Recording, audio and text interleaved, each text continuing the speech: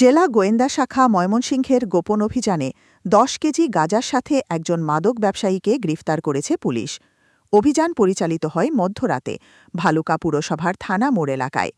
Officer in charge জেলা গোয়েন্দা শাখা ময়মনসিংহের নির্দেশনায় এসআই মোহাম্মদ সঙ্গী ফোর্স সহ বৃহস্পতিবার রাত ১২টা ১৫ মিনিটে অভিযান চালান ভালুকা পুরসভার ৭ নং ওয়ার্ডে। অভিযানে ঘটনাস্থল থেকে মোহাম্মদ সেলিম আহমেদ, পিতা রফিকুল ইসলাম, মাতা সেলিনা খাতুন, থানা পাগলা, জেলা ময়মনসিংহ তাকে গ্রেফতার করা হয়। তার কাছ থেকে উদ্ধার করা হয় ১০ কেজি গাঁজা। পুলিশ জানিয়েছে, সেলিম দীর্ঘদিন যাবৎ মাদক কারবারে জড়িত এবং তার বিরুদ্ধে পূর্বেও একটি মাদক মামলা রয়েছে।